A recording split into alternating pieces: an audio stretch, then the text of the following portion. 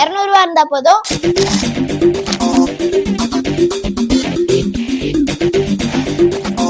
Double டக்கர் பஸ்ல ஏறி சென்னையை சுத்தி பார்க்கலாம்.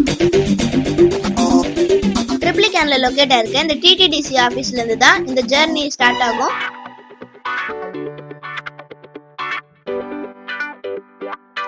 இந்த டக்கர்ல நீங்களும் போகணும்னா டிடிடிசி வெப்சைட்டை லாகின் பண்ணி உங்க டிக்கெட்ஸை புக் பண்ணிக்கோங்க. முக்கியமான விஷயம், ஸ்பாட் புக்கிங் கிடையாது.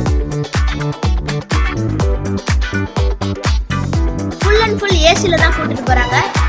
அப்பர் வியூல இருந்து சென்னையை பார்க்கவே சூப்பர் வியூவா இருந்துச்சு. 2 hours நீங்க ஜாலியா என்ஜாய் பண்ணலாம்.